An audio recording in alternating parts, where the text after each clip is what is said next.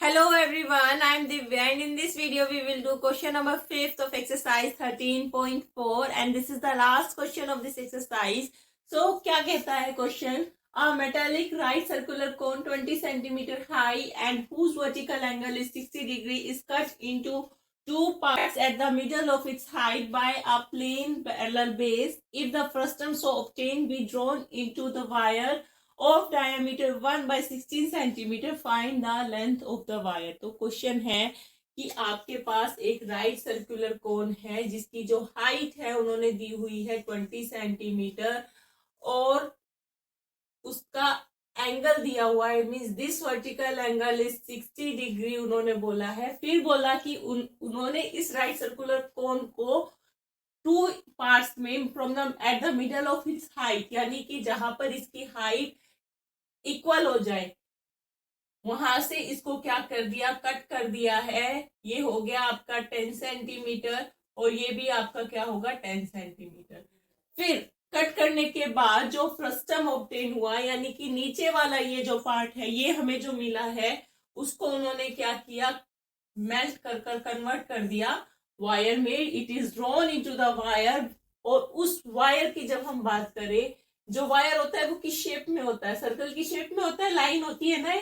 और वो जो लाइन को अगर हम ध्यान से देखें तो वो एक सिलेंड्रिकल शेप में होता है। और इस वायर का जो उन्होंने डायामीटर बोला वो बोला 1/16 सेंटीमीटर और लेंथ हमें निकालनी है। लेंथ का मतलब क्या है, यहाँ हाइट हमें निकालनी है किसकी, वायर की। मीन्स हमें ये जो सिलेंड्रिकल शेप वायर है इसकी हमें हाइट निकालनी है।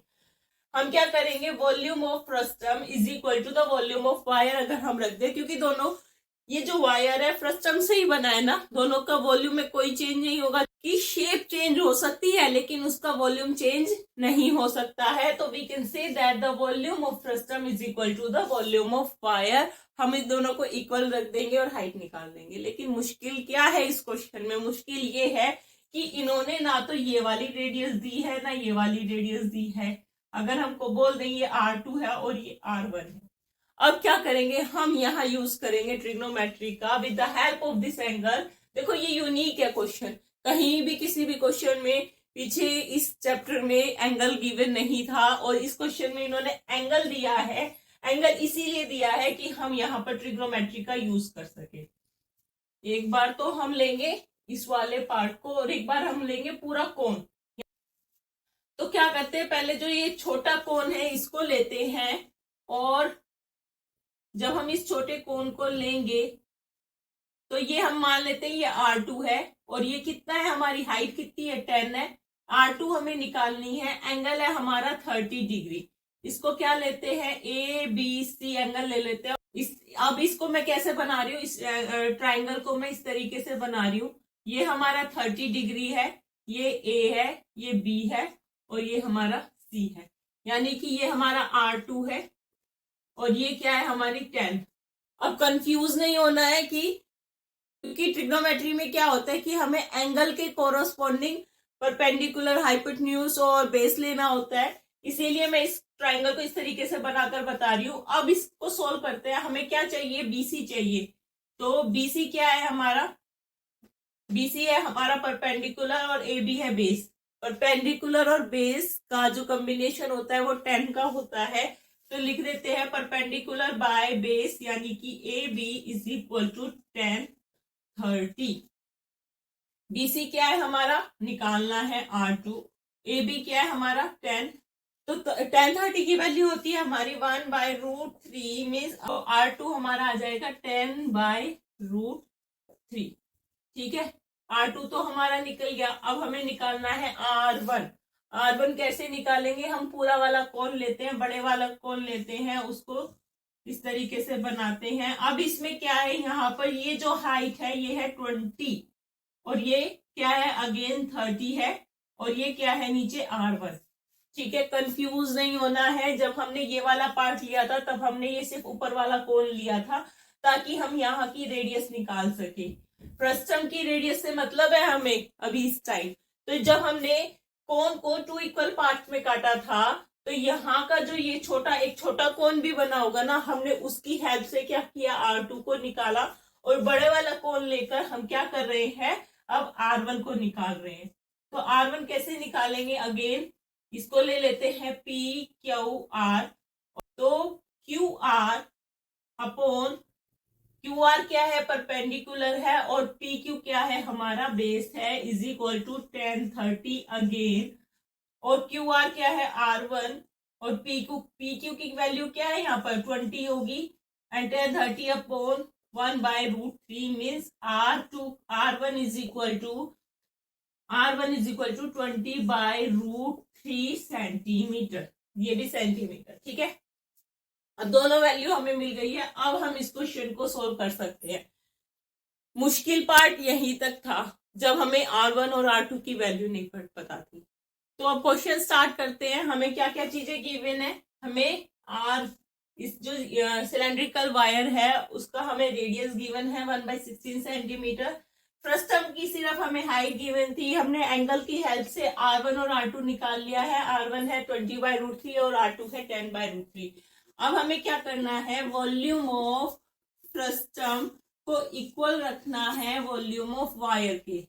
अब फॉर्मूला पुट करते हैं, volume of frustum is equal to क्या होता है, 1/3 पाई H R1 का स्क्वायर प्लस R2 का square plus R1 multiply by R2 is equal to volume of wire, जो कि किस शेप में है, सिलेंडर की शेप में है।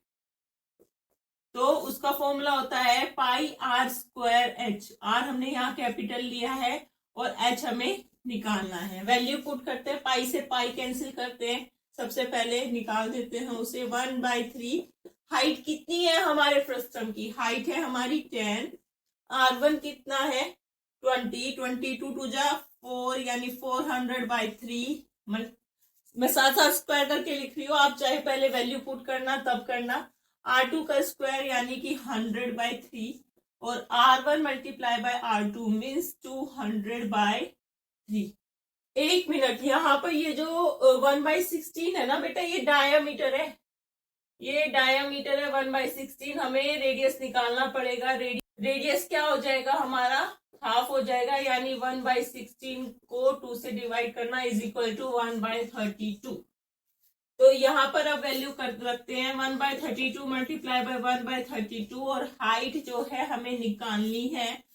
तो 1/3 मल्टीप्लाई में 10, ये जो 3 है इसको बाहर ले आते हैं, 1/3 आ जाएगा। 400 500 600 700 और 32 multiply by 32 is equal to H।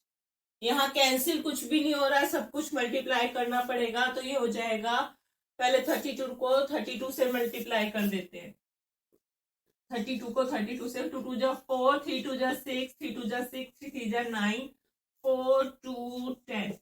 अब इसको क्या करते हैं, 7 से मल्टीप्लाई करते हैं। 7 4 जा 28 2 7 2 जा 14 15 16 7 1 7। यह आ जाएगा आपका H इज इक्वल टू 7168 और 0 कितनी है, ये 3 0 है, और डिवाइड किससे करना है, हमें इसको 9 से डिवाइड करना है। हमें इसको डिवाइड करना है 9 से। 7168000। तो 9 से करते हैं, 9 7 जा 63, 8 आ जाएगा 86, फिर 9 9 जा 81, 5 आ जाएगा 58, नीचे आएगा।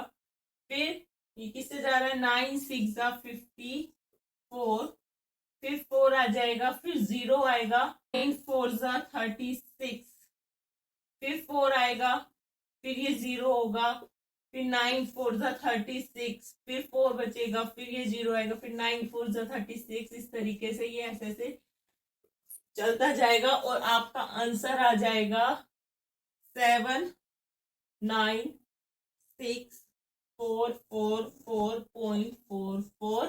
तो हाइट ऑफ द वायर यानी कि लेंथ ऑफ वायर कितनी होगी, 79644.44 सेंटीमीटर।